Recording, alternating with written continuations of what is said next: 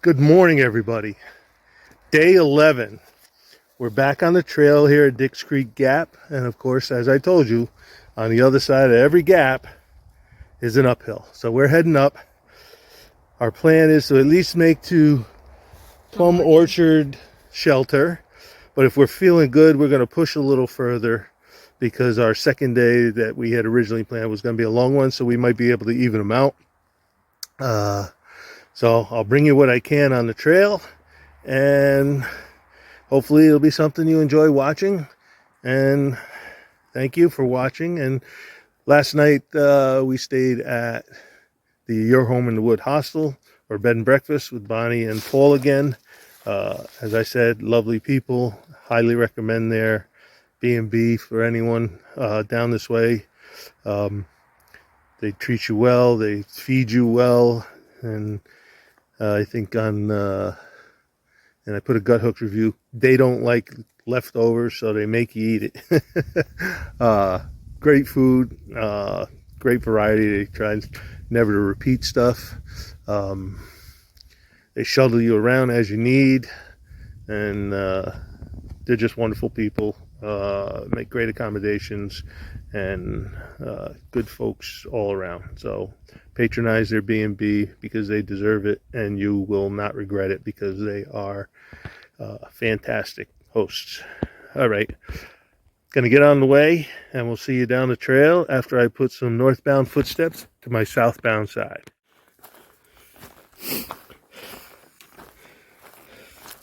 Still on the climb out of Dix Creek Gap. Hasn't been too bad. Feeling actually pretty good. Haven't really tuckered out on the uphill. Trail had a couple steep pitches, but since then it's been gradual up, pretty much following the contours of the hillsides here. And a lot of young growth here under the oaks. There's another beautiful American holly. You can see them scattered here, but I left out that one right there. Anyway, so we continue up. We got a couple ups and downs. I think I mentioned our intended stopping point was Plum Orchard Shelter, but we may push further if we feel good. Trying to set ourselves up for a zero in Franklin. That'll give us a chance to pick out gear we don't necessarily need till the Smokies and send it ahead, which I should have done from Blairsville. But when you don't have a zero, you're kind of rushing. You get to the hostel, you pull out your food bag, you have to evaluate what food you have left over that you can reuse, figure out what you need to supplement, then the hostel drivers take you to town, you pick what you need, or you go to the post office. I sent some non-perishable foods ahead to Franklin, where I have, if I remember correctly, another resupply box set at the post office. So now I have 2 boxes. Once I get to Franklin, I'll send some gear to Fontana Dam, where I have a resupply box, and I'll get my Smokies stuff there. But I'm probably going to send ahead my 4.0 base layer, tops and bottoms. That's about 8 ounces each. I'll send ahead my micro spikes, which I've been carrying like an idiot, thinking we might hit some ice in Georgia, at least on the south sides of the mountain. That's another 6 or 8 ounces. So I'm up to 1.5 pounds I could lose for the next 60 miles. and I'll think about some other stuff. Hopefully I'll be able to reevaluate my daily food intake, my 5 days food load. Tried to pare it down with just a light breakfast, snack, a lunch, and this series of 5 will be either tuna fish on a tortilla or peanut butter and honey on a tortilla. That'll be my lunch each day. An afternoon snack, and then dinner, and usually a small candy bar after dinner as a daily treat. Excuse me, sorry. We had such a good breakfast at the bed and breakfast that it's carrying me through my morning snack ritual. So, but anyway, generally after day 1, I always have stuff left over, despite the fact that I think I should eat it all. I have stuff left over that I carry to day 2. And of course, after day 2, I have more stuff left over. So it just always seems that after about 5 days, I have upwards of a day to a day and a half worth of food. So I'll have to refine that down. Of course, when hiker hunger kicks in, there's a good chance I won't be able to pare it down, but we'll see. I normally eat over 2,000 calories a day, so I'm trying to get myself to eat upwards of 3,000 a day, but with as much protein as I can get in. That's why I either do tuna or peanut butter at lunch, and in dinners, I'll have to show you my dinner sometime. Generally a freeze dry or 2 during the week, but it's usually 2 serving size. Or some of those Hannaford mashed potatoes, into which I throw a Star-Kissed chicken to get more protein in it, or ramen noodles. I'm trying to avoid that typical thru-hiker carb food as much as possible till the going gets going, so I don't get food fatigue on it. But I like ramen noodles with some pepperoni thrown in. I also have some freeze-dried meat, southwestern chicken, which is really delicious in the ramen. Boy, adds a little bit of spice to it. That's just right. So far, so good. Looks like we're coming to a height of land, and I'll let you enjoy the trail without me talking too much. And I'll get you in the next video with something else that I think of talking about. Enjoy the trail.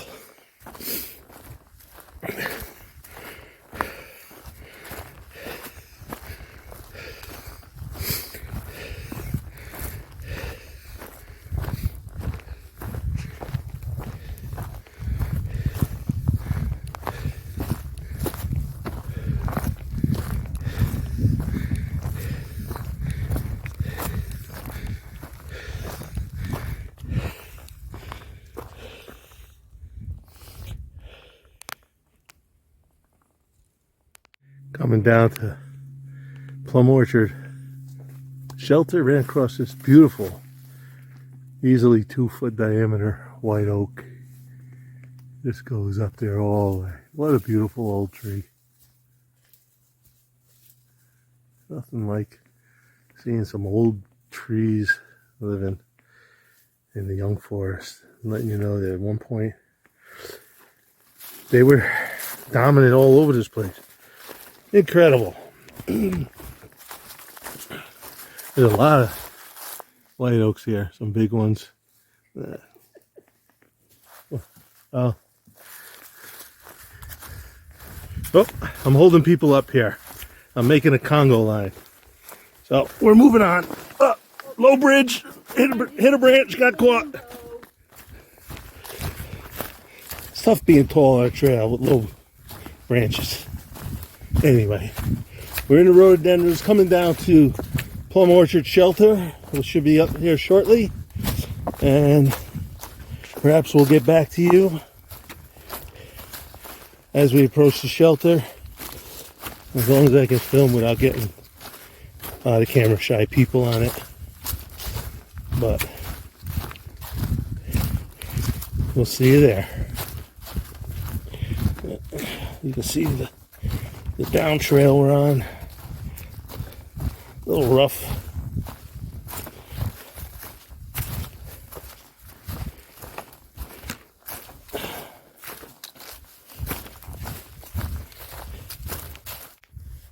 All right.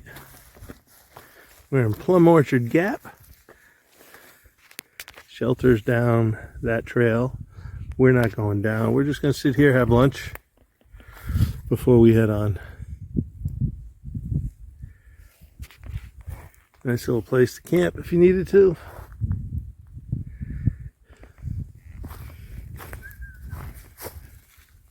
And I believe there's water at the shelter. But we're going to have lunch here. I've been seeing sign of fire in the last little bit. And I know last year there was a bunch of prescribed burns being done. I don't remember if it was around here. So either way, I don't think it was a big fire, otherwise all this little stuff would be gone. So it must have been prescribed burn. Get rid of some of the underbrush, minimize severe fire risk.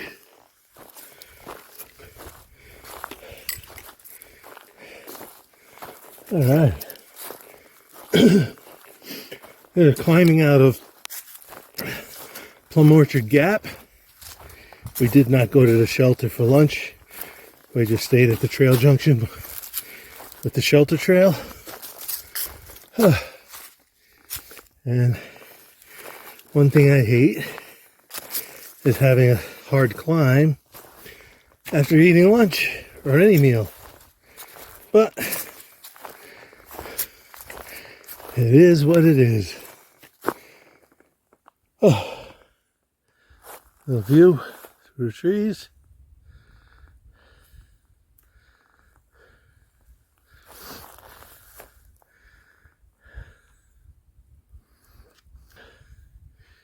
That's Buzzard's Knob, where we just came over that down at the Plum Orchard Gap.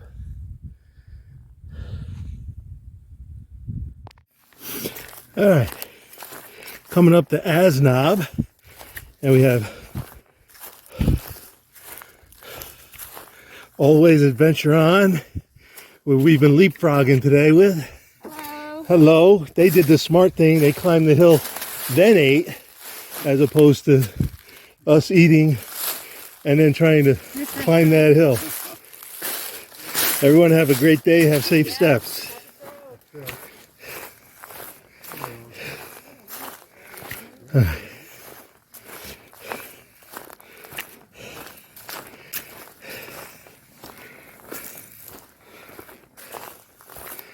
All right, we're on top of Knob.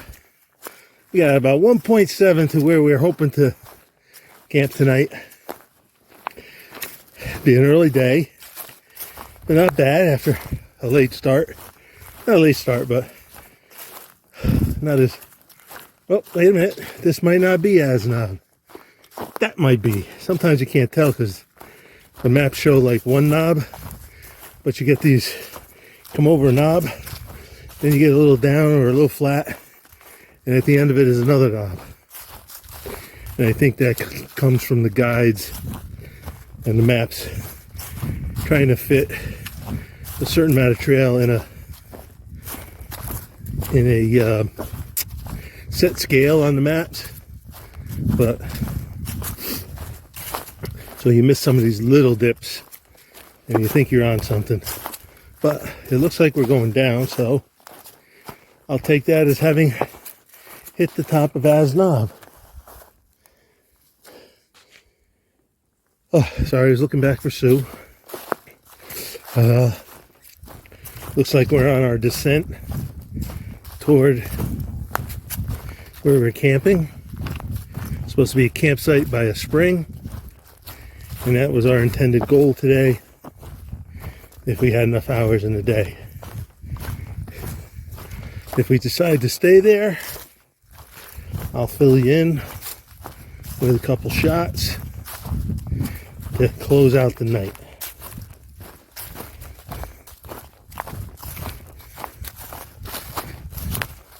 All right, I'm coming down to Blue Ridge Gap. We started today at Dix Creek Gap, 5.6 miles back. And here's the official sign, just to prove we're on a trail. All right, we're going down a little more. We still have to get our campsite. Hopefully it won't be filled up.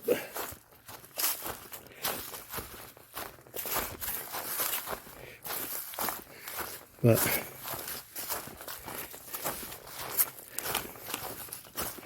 should be coming to an old unused road, which I think I see, dirt road down there.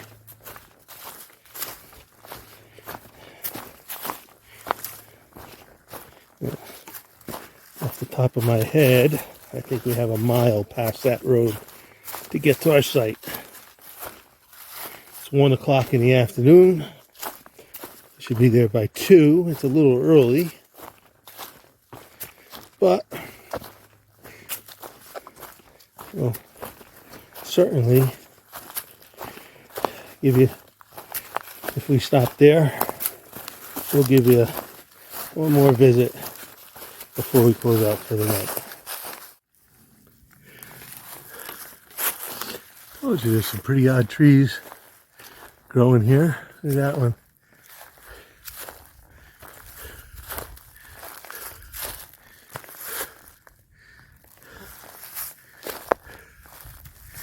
Yeah, a lot of these trees up on these ridges. I guess it's because of the weather they deal with. But it's interesting. I like that. With the hole dead center on the end. Alright.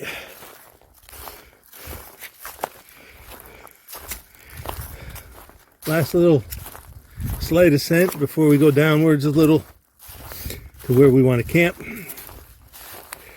I was reading the comments in gut hooks saying the water flow is low and the pipe, it's supposed to be a pipe spring, but someone commented there was no pipe, so might have to do a little scooping, but we'll see. It's early enough that we can make a decision to move on. The next water after that, I believe, is 2.2 miles, and it's supposed to be tent site at the next water too.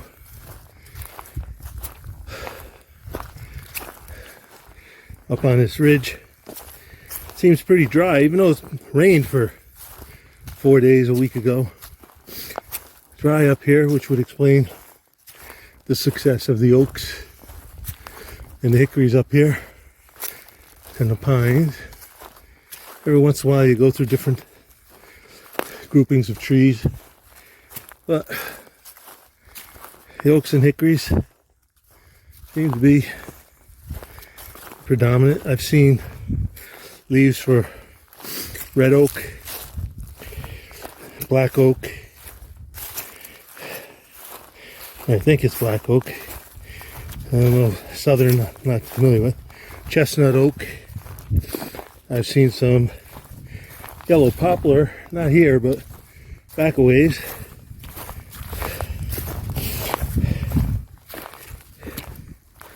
So, pretty dry site. That's why they're a little successful over the other species. I have seen birches. Matter of fact, there's a couple there on the right there. So,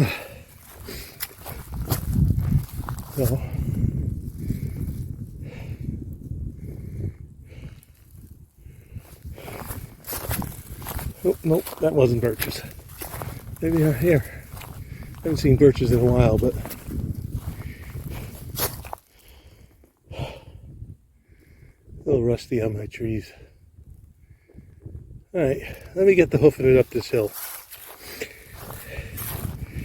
But probably about a half a mile left to go before we hit camp.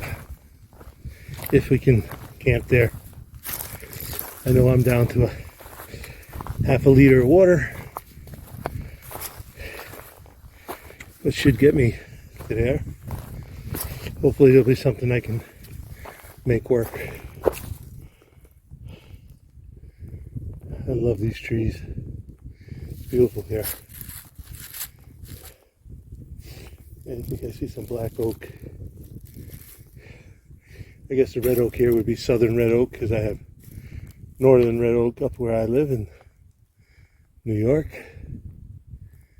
But lots of white oak.